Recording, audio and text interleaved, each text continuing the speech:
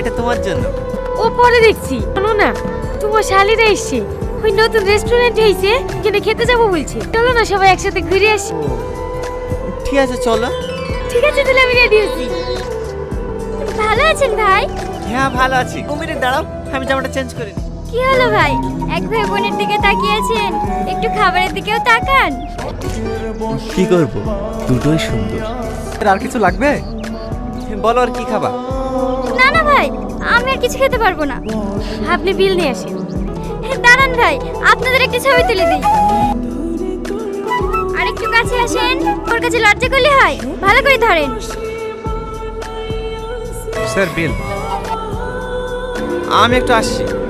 ওসমান বলছি খুব আর্জেন্ট, 500 টাকা ফোন পে হবে ভাই? তো হবে না রে ভাই, বাড়িতে ক্যাশ আছে, তুই মাকে কি বলবা দিয়ে দেবে। টাকা নাই? আমার কাছে 300 টাকা গেলে দাও না, বেতন পেলে তোমাকে দিয়ে দেবো। টাকা নেই আগে বলবা, আসতাম না। তোমার শখ করে বললা তো, না করতে পারলাম না। থাক, অনেক শখ পূরণ করেছি, আর করতে হবে না। যাও বিলটা দিয়ে দাও।